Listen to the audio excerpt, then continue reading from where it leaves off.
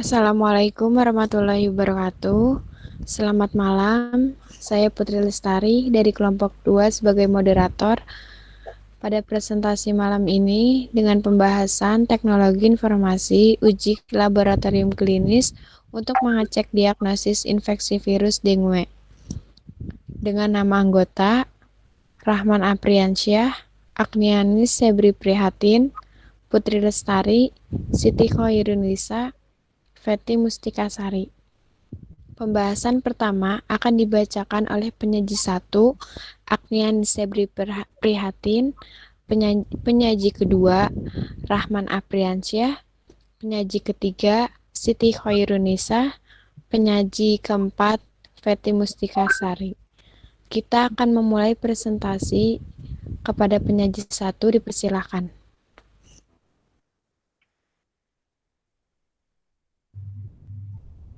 Tes laboratorium klinis. Tes laboratorium klinis adalah elemen dasar yang mendukung tugas perawatan kesehatan seperti deteksi penyakit, diagnosis, dan pemantauan respon terhadap pengobatan. Sistem informasi laboratorium saat ini fokus pada database pasien, tes, dan hasil.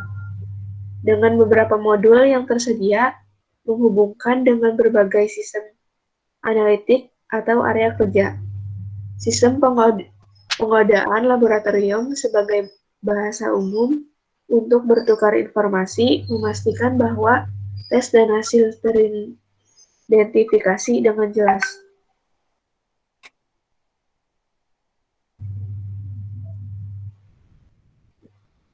Sistem informasi laboratorium.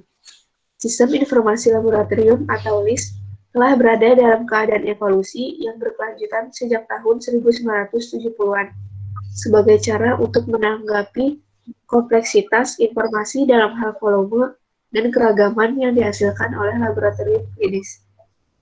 Sistem inilah yang telah mendukung tingkat laboratorium saat ini meningkatkan produktivitas dan keamanan dengan menerapkan perangkat lunak untuk melengkapi proses permintaan analisis. Tugas inti SIP, Session Initiation Protocol, termasuk permintaan pencatatan, menghubungkan dengan berbagai sistem analitik atau area kerja untuk mengirim tes berikutnya dan menerima hasil, mengatur alur kerja di dalam laboratorium dan penyimpanan, memvalidasi, mengedit, dan mendistribusikan hasil dalam bentuk laporan laboratorium. Proses lengkap peminta analisis. Berikut proses lengkap ini dibagi menjadi 3 tahap dasar pra-analisis, analisis, dan pasca-analisis. Ketiganya menjadi tanggung jawab laboratorium klinis.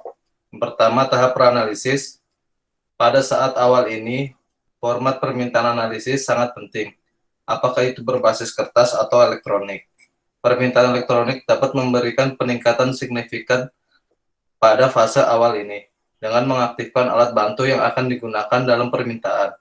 Biasanya merupakan fase yang paling memakan waktu dalam keseluruhan proses analisis. Dan beberapa variabel perlu dikendalikan oleh protokol kualitas yang ketat untuk memastikan kualitas hasil akhir. Kedua, tahap analisis. Tahap ini berjalan dari awal analisis yang tepat, baik secara otomatis, peralatan, atau secara manual, hingga hasilnya tersedia. Bagian dari proses ini mencakup langkah-langkah pengendalian kualitas seperti penyetelan reaktan, metode dan peralatan kalibrasi dan pemeriksaannya, serta pelatihan staf laboratorium yang tepat untuk memastikan validasi teknis yang benar dari hasil. Ketiga, tahap pasca analisis. Pada tahap ini, tim medis laboratorium mengevaluasi hasil pemeriksaan yang diperoleh, tidak hanya dari segi teknis, tetapi juga dari sudut pandang klinis. Misalnya kecocokan antara hasil dan patologi pasien, perbandingan dengan hasil sebelumnya, perbedaan parameter terkait, dan lainnya. Setelah validasi medis selesai, laboratorium mengeluarkan hasil.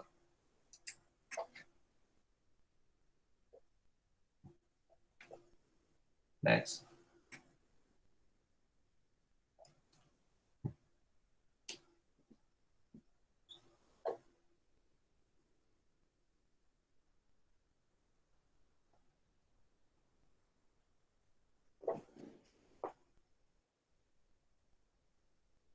Next, Kak Feti.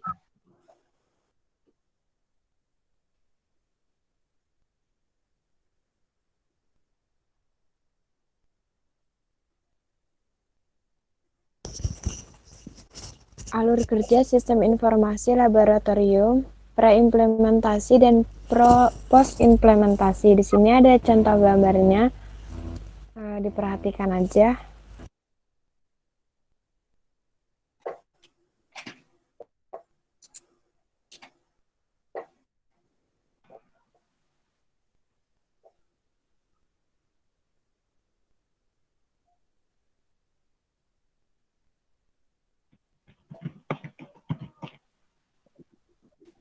Desain fungsional modul permintaan pengujian laboratorium.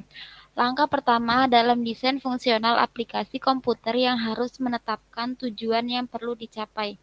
Sesuatu yang berfungsi sebagai paduan yang sangat berguna. Sepanjang proses pembuatan modul. A. Meminta tes laboratorium di bidang klinis. B. Permintaan, pengambilan sampel, dan pemeriksaan hasil. C.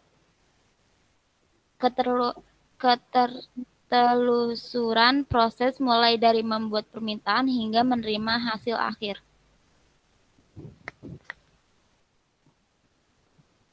D. Menyimpan semua hasil yang diberikan oleh laboratorium klinis. E. Rekam hasil pasien. F. Memberi pasien kebebasan untuk memilih laboratorium klinis. G. Menghormati otonomi fungsional setiap laboratorium secara maksimal.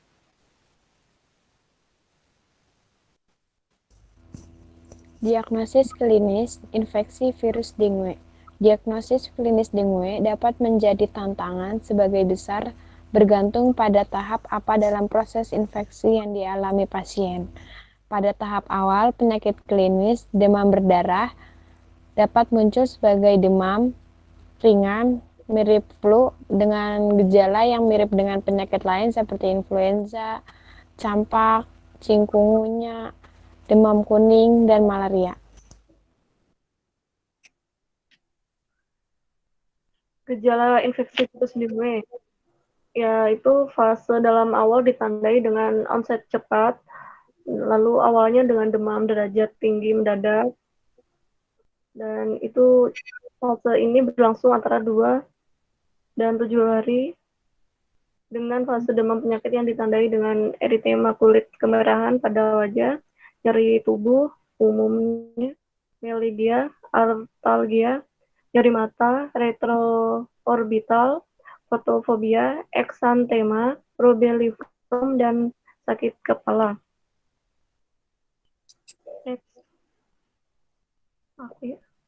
Selama fase ini, tes tourniquet positif mampu membedakan demam berdarah dari penyakit lain yang memiliki gejala serupa. Lalu, fase demam akut juga bisa disertai dengan gejala hemoragik mulai dari tes tourniquet positif dan PTCI hingga pendarahan spontan dari saluran pencernaan, hidung, gusi, dan situs mukosa lainnya. Tingkat keparahan gejala selama fase ini bukan merupakan predikator berkembangnya demam berdarah parah. Oleh karena itu, pemantauan tanda peringatan dini perlu dilakukan selama fase kritis penyakit. Next. Diagnosa laboratorium. Biomarker yang telah ditargetkan untuk mendiagnosis meliputi virus itu sendiri, produk virus atau respon imun inang terhadap infeksi virus. Metode ini kemudian dimodifikasi menjadi uji RT-PCR. Waktu nyata multiplex 1 langkah yang diadopsi di seluruh dunia. Meskipun metode berbasis PCR cepat dan akurat, metode tersebut memerlukan laboratorium dengan peralatan yang khusus dan staf terlatih untuk melakukan analisis.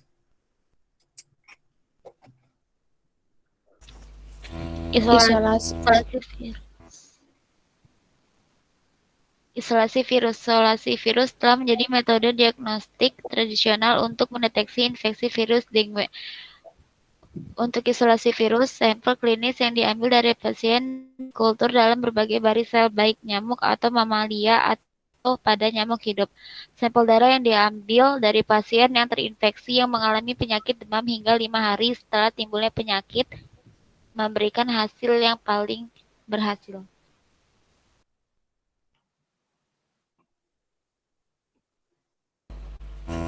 Diagnosis serologi.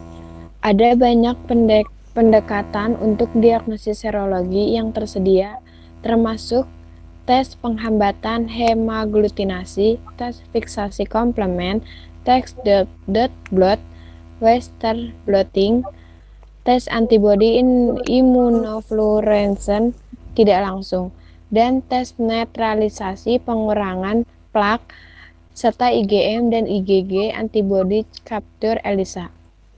Tes HI bersama dengan ELISA penangkap antibodi IgM dan IgG telah terbukti menjadi metode diagnosis serologis yang paling berguna untuk deteksi virus dengue rutin.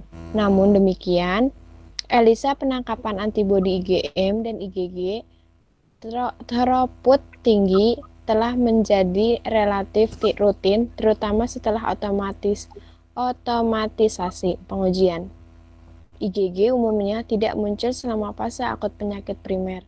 Namun, selama infeksi sekunder, ada respon IgG anamnestik yang cepat terhadap epitop bersama pada beberapa protein virus antara serotip yang menginfeksi pertama dan kedua, dengan IgG muncul paling cepat 3 hari setelah onset penyakit.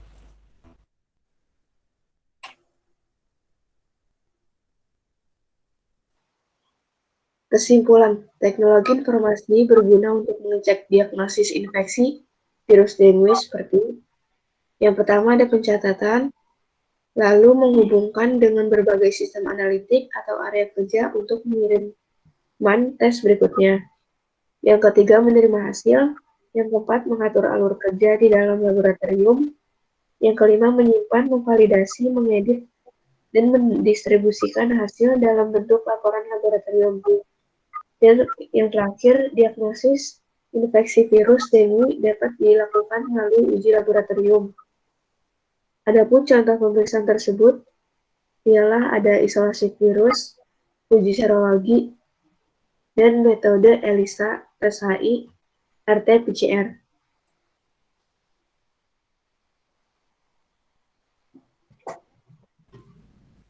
Sekian dari kelompok 2. Kurang lebihnya mohon maaf jika ada perkataan salah, mohon dimaafkan. Wassalamualaikum warahmatullahi wabarakatuh.